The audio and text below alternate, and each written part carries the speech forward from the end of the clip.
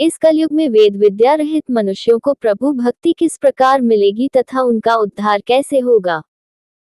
इसलिए हे मुनिश्रेष्ठ, कोई ऐसा व्रत कहिए जिससे थोड़े समय में पुण्य प्राप्त होवे तथा मनवांछित फल मिले। ऐसी कथा सुनने की हमारी इच्छा है। सर्वशास्त्र ज्ञाता सूत जी बोले, हे वैष्णवों में पूज्य, आप सबने सर्व प्राणियों के हित की बात पूछी है। अब मैं उस श्रेष्ठ व्रत को आप लोगों से कहूंगा, जिस व्रत को नारद जी ने लक्ष्मी नारायण से पूछा था। एक समय योगीराज नारद जी दूसरों के हित की इच्छा से अनेक लोकों में घूमते हुए मृत्युलोक में आ पहुंचे। वहां बहुत योनियों में जन्मे हुए प्रायः सभी मनुष्यों को अपने कर्मों के द्वारा अनेक दुखों से पीड़ित देखकर सोचा कि किस यत्न के करने से निश्चय ही इनके दुखों का नाश हो सकेगा। नारद ऐसा मन में सोचकर विष्णुलोक को गए। वहां श्वेत वर्ण और 4 भुजाओं वाले देवों के ईश नारायण को, जिनके हाथों में शंख चक्र गदा और पद्म थे तथा वरमाला पहने हुए थे, देखकर स्तुति करने लगे। हे भगवान, आप अत्यंत शक्ति से संपन्न हैं, मन तथा वाणी भी आपको नहीं पा सकती। आपका आदि मध्य और अंत नहीं है। निर्गुण स्वरूप सृष्टि के कारण भूत व भक्तों के दुखों को नष्ट करने वाले हो। आपको मेरा नमस्कार है। नारद जी से इस प्रकार की स्तुति सुनकर विष्णु भगवान बोले कि हे मुनिश्रेष्ठ, आपके मन में क्या है? आपका यहाँ किस काम के लिए आगमन हुआ है? निसंकोच कहो। तब नारद मुनि बोले, मृत्युलोक में सब मनुष्य जो अनेक योनियों में पैदा हुए हैं, अपने कर्मों के द्वारा अनेक प्रकार के दुखों से दुखित हो रहे हैं। हे नाथ, मुझ पर दया रखते हो तो बतलाए कि उन मनुष्यों के सब दुख थोड़े से प्रयत्न से ही कैसे दूर हो सकते हैं। श्री भगवान जी बोले, हे नारद, मनुष्यों की भलाई के लिए तुमने बहुत अच्छी बात पूछी है। जिस व्रत के करने से मनुष्य मोह से छूट जाता है, मैं वह कहता हूँ, सुनो, बहुत पुण्य देने वाला, स्वर्ग तथा मनुष्यलोक दोनों में दुर्लभ एक उत्तम व्रत है। आज मैं प्रेमवश होकर तुमसे कहता हूँ। सत्यनारायण का ये व्रत अच्छी तरह विधान पूर्वक करके मनुष्य तुरंत ही यहाँ सुख भोग कर मरने पर मोक्ष को प्राप्त होता है। श्री भगवान के वचन सुनकर नारद मुनि बोले, उस व्रत का क्या फल है? क्या विधान है? किसने यह व्रत किया है और किस दिन यह व्रत करना चाहिए? विस्तार से बताए। भगवान बोले, दुख शोक आदि को दूर करने वाला, धन धान्य को बढ़ाने वाला, सौभाग्य तथा संतान को देने वाला यह व्रत सब स्थानों पर विजयी करने वाला है। भक्ति और श्रद्धा के साथ किसी भी दिन मनुष्य श्री सत्यनारायण भगवान की शाम के समय ब्राह्मणों और बंधुओं बांधवों के साथ धर्मपरायण होकर पूजा करे। भक्ति भाव से नैवेद्य केले का खम, घी, दूध और गेहूं का चूर्ण सवाया लेवे।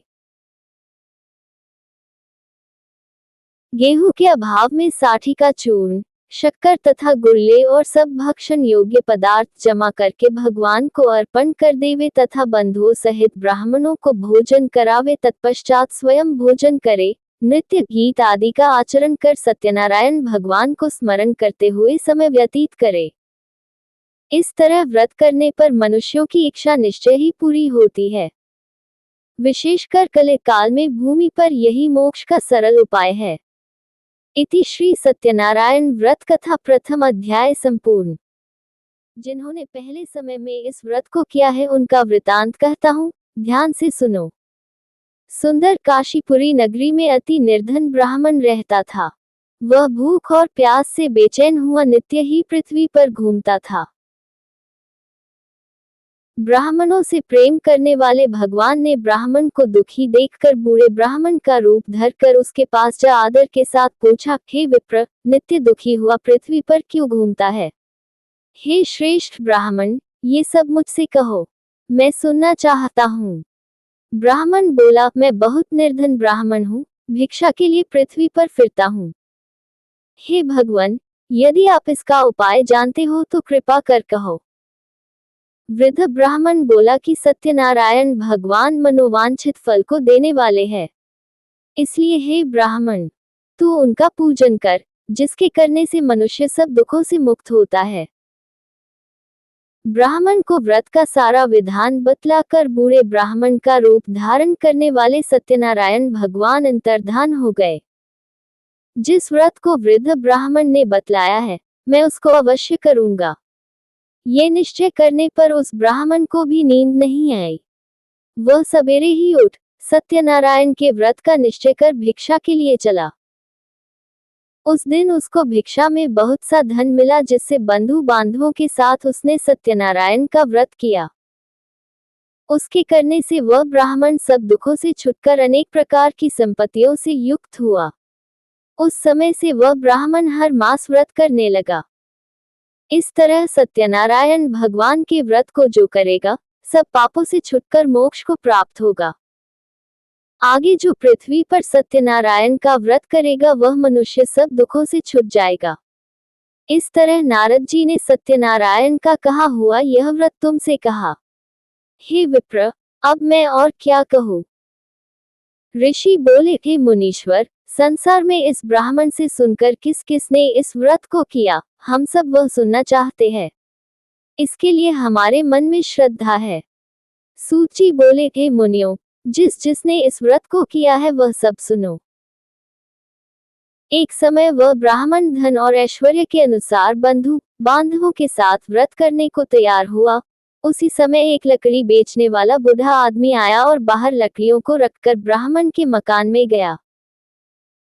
प्यास से दुखी लकड़हारा उनको व्रत करते देखकर ब्राह्मण को नमस्कार करके पूछने लगा कि आप ये क्या कर रहे हैं और इसके करने से क्या फल मिलता है, कृपा करके मुझसे कहो।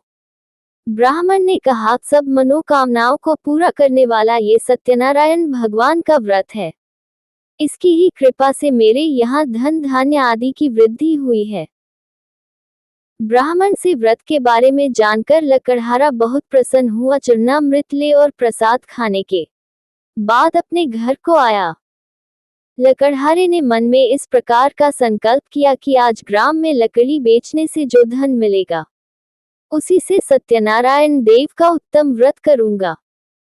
यह मन में विचार कर वह बूढ़ा लकड़हारा लकड़ियां अपने सिर पर रखकर जिस नगर में धनवान लोग रहते थे, वह ऐसे सुंदर नगर में गया।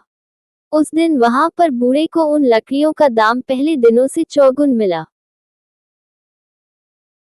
तब वह बूढ़ा लकड़हारा दाम ले और अति प्रसन्न होकर पक्के केले की फली, शक्कर, घी, दूध, दही और गेहूं का चूर्ण इत्यादि सत्यनारायण भगवान के व्रत की कुल सामग्रियों को लेकर अपने घर गया। फिर उसने अपने भाइयों को बुलाकर विधि के साथ भगवान का पूजन और व्रत किया। उस व्रत के प्रभाव से बूढ़ा लकड़हारा धन धान्य आदि से युक्त हुआ और संसार के समस्त सुख भोगकर बैकुंठ को चला गया। इति श्री सत्यनारायण व्रत कथा द्वितीय अध्याय संपूर्ण।